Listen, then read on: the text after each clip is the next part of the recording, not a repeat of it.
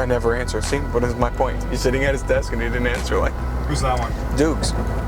Dukester? He's at the event. Oh, he is? Yeah. Mikey Dukes. Hey, a quick question. Are these people eating? We're in 41. But no, my question is, are we providing lunch or did they? We sure about that? All right.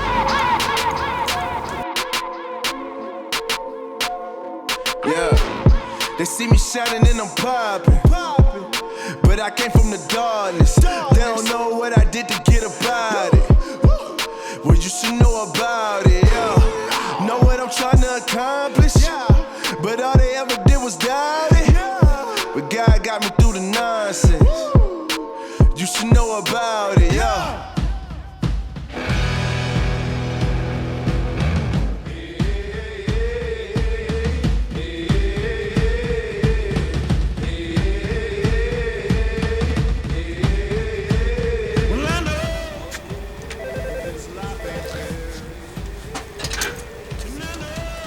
I don't know if I have my driver's license.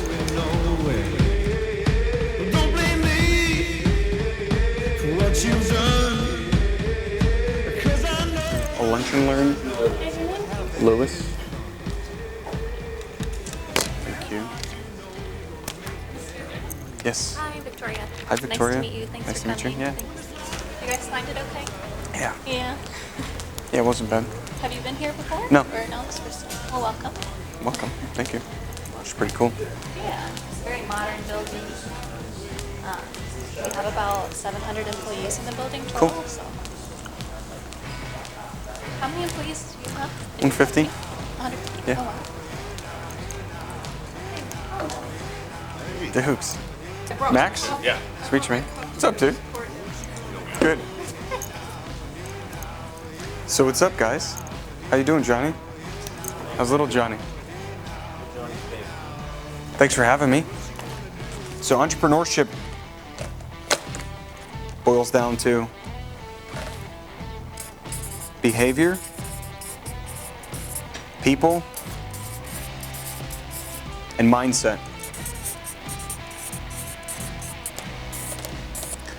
And so, what do you guys, you here, especially at this building, you guys interact completely around the clock with people, right? You guys interact with each other.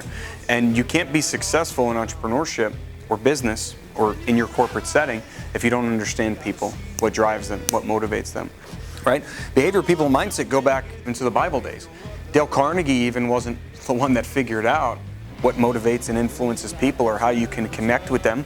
It's all the way back into the Greek days, all the way back into the Roman days, since the existence of humans. Because the software that's in your brain, like the operating system your brain runs on, is over 2,000 years old. I mean, it's prehistoric days. The problem with it, it's all based on fear, right? Because it's what keeps you alive. It's fight or flight. The software in your programming in your brain is literally designed to come out and always something to be wrong. For you always to be looking for what's wrong in the situation versus what's right. And so a lot of what I talk about today, and we really try and influence our technicians and field labor and people that have this mindset, but that have this mindset, but they don't have the tools to get through it, is what if life, and this is entrepreneurship, right? So entrepreneurship makes up of these three things, but the first thing that you've got to change is your mindset. So what if life is always happening for you instead of to you? Like you hear the classic thing, right? I'm sure when you forget your keys or you forget your wallet and you end up having to go back into your home, you're like, oh, well, I might have missed the accident today, but that's a real thing. So the way that you can get the most value out of my story for your world is the same way that I get a lot of value out of books. Is I read a book cover to cover and I absorb that info and I look at, from that perspective of that author, what that world looks like. And if it's something that I want or what I want out of a story, I map backwards, I reverse engineer what their perspective is into my perspective and say, all right, so what daily, weekly, monthly actions do I have to take to realize that perspective? What daily actions are you taking and how do those map out on the spectrum of variations, right? So there's a spectrum of variations that all the events in physics happen in your life, right? They're happening and they're either positive or they're negative, because people take action for one of two reasons. You either move towards pleasure or you move away from pain. Every action you do all day long has one of those effects. It's either taking you towards happiness or it's taking you away from pain. And so every action that you take, it's taking you forward. You can't go backwards, but it's taking you forward on the spectrum of variations. It's crossed some data point, right? So as you're taking these daily actions, positive or negative, towards pleasure, away from pain, as you're taking these actions, are they taking you up? Are they taking you horizontal? Are they taking you parallel? And all that Think and Grow Rich does is it takes you out of the macro world. Like, what did you do yesterday, right? You use it as an example. Write down everything you did yesterday and map out what trajectory those actions put you on, right? What are your goals? Well, I want to lose weight. You know, the number one goal anybody should have should be regarding health, or be more fit, or have more athleticism. Everything should be around health, because there's no point to life if you're dead. Right? And where medicine's going in the next 10 years with sending little microscopic robots in your bloodstream and up your blood vessels and in your veins, where medicine's going just over the next 10 years, people, by the time my generation, you know, the 30-year-olds of the world, by the time we're 60, 70, 40 years down the road, the average life is probably going to double, or it could even triple, depending on mapping out the genomes and doing a bunch of other things scientifically. Like, that's where the world is heading. So the number one thing everybody should be focused on is health. But using that as an example, so you have a health goal, right? What do you? And this book really impacted me 3 months ago, because it really put it into perspective. Because it's so easy, especially in your guys' setting, it's so easy to get caught up in your day-to-day crap. Right? It's so easy to get caught up into the politics. It's so easy to get caught up in all that, which if you do, it affects your mindset. You feel negative. That momentum carries. And look, I get it. Like me, my biggest problem in business. So Think and Grow Rich was recommended to read to me by one of my mentors, and it's Tony Robbins, right? So I met Tony last July. I met him in Dallas, July. And so that conversation completely transformed my life, because I was very unhappy. Okay, I had now figured out I was very unhappy the summer of 15 personally, and the business was whatever. But business is life, right? So the first question he says, so you're unhappy. So are you unhappy in business, or are you unhappy at home? And I said, well, I'm an entrepreneur, right? I'm an entrepreneur, so I take it home with me. And he goes, okay, so how about work-life balance? I said, well, what's work-life balance?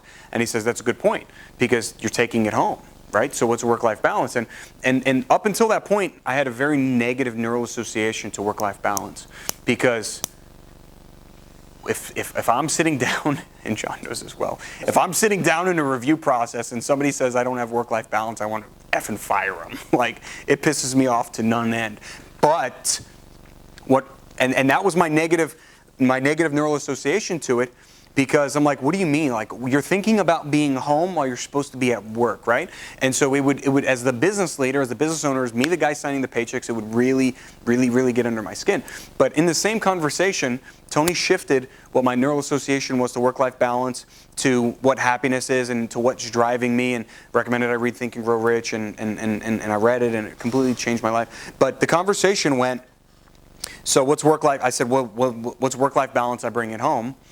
And he says, all it is a mindset thing, right? Even work-life balance goes down to no mindset.